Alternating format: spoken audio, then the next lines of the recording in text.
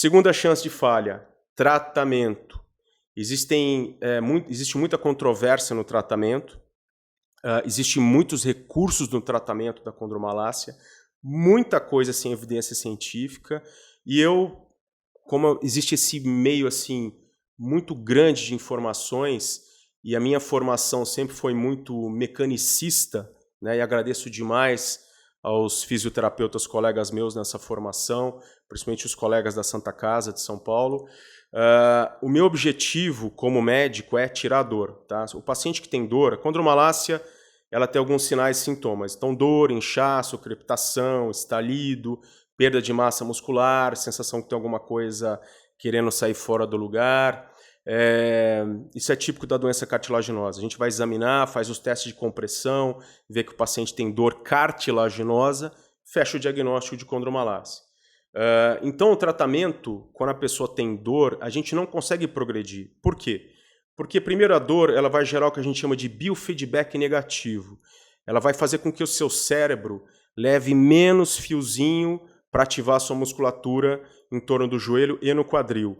Então, não adianta nada a gente levar uma pessoa com condromalácia para uma academia, e mesmo que pegue um excelente personal, que faça tudo de maneira como tem que ser feito, e depois eu vou falar do trabalho de fortalecimento, se esse personal, mesmo que ele fizer tudo bonitinho, as angulações de proteção, mais repetição e menos carga, se a pessoa sentir dor durante ou depois, vai existir inibição da musculatura e vai levar a um efeito catabólico, ou seja, a pessoa treina e perde músculo.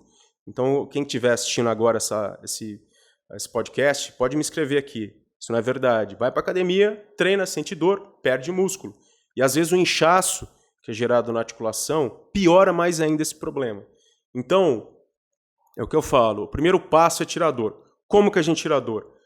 90% das vezes, recursos da fisioterapia. Então, coloco na fisioterapia, um fisioterapeuta bom ele vai ter recurso analgésico, laser, ultrassom, aparelhos hoje de última geração, como por exemplo o Game Ready, ou gelo sob pressão, o TENS. Então, hoje em dia tem muito recurso de fisioterapia e todo fisioterapeuta bem informado sabe que existem feiras hoje no mundo todo que trazem esses recursos regenerativos. Então, é muito importante.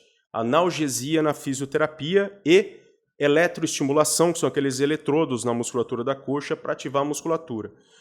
Muitas vezes, só a fisioterapia, principalmente em condromalácia avançada, grau 3, grau 4, a gente não consegue, só com a fisioterapia, conseguir tirar a dor. Até consegue, mas é nadar contra a correnteza. Além da pessoa fazer a fisioterapia, ela ainda precisa viver, ela precisa subir dessa escada, uma mulher precisa usar um salto alto, às vezes a profissão da pessoa ela precisa de andar demais. Então o fisioterapeuta, por melhor que seja, ele nada muito contra a correnteza. Aí entraram alguns recursos novos. A gente tem o ácido hialurônico de médio peso molecular, com recurso regenerativo, com recurso anti-inflamatório na cartilagem.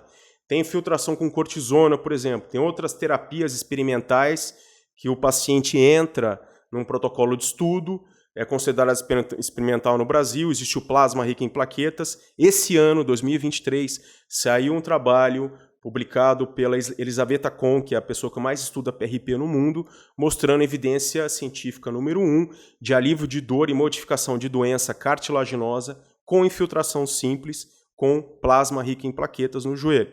É experimental, então tem que entrar nos protocolos de pesquisas, e aí a gente faz quando realmente se encaixa, se enquadra em alguns casos. Tá? Então existe esse recurso regenerativo para a gente tirar a dor do paciente. Existem recursos avançados também.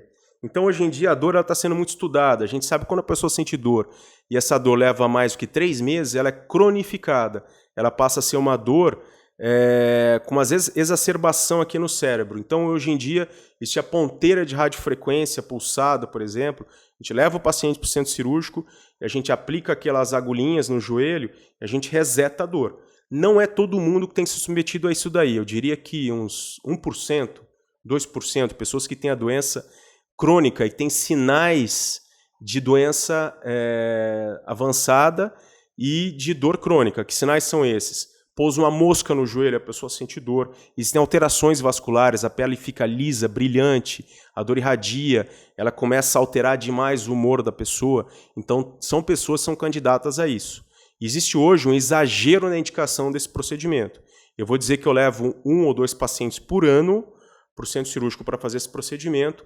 São pessoas que têm a doença muito mais avançada e geralmente são pessoas que já têm a artrose, tá?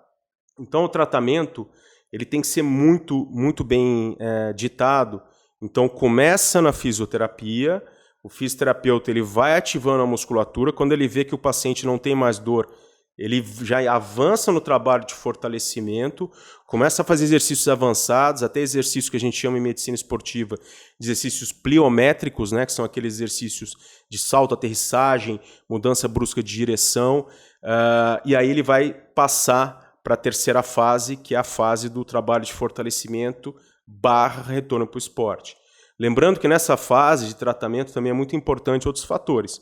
Emagrecimento, adequação de dieta, tratamento das doenças de base, doença metabólica, a pessoa tem uma hipotireoidismo, síndrome do ovário policístico, tem que ser tudo muito bem tratado, porque a gente sabe que o excesso de peso ele vai levar enzimas inflamatórias para a articulação, vai exacerbar sintoma e o excesso de peso, mais energia cinética na articulação.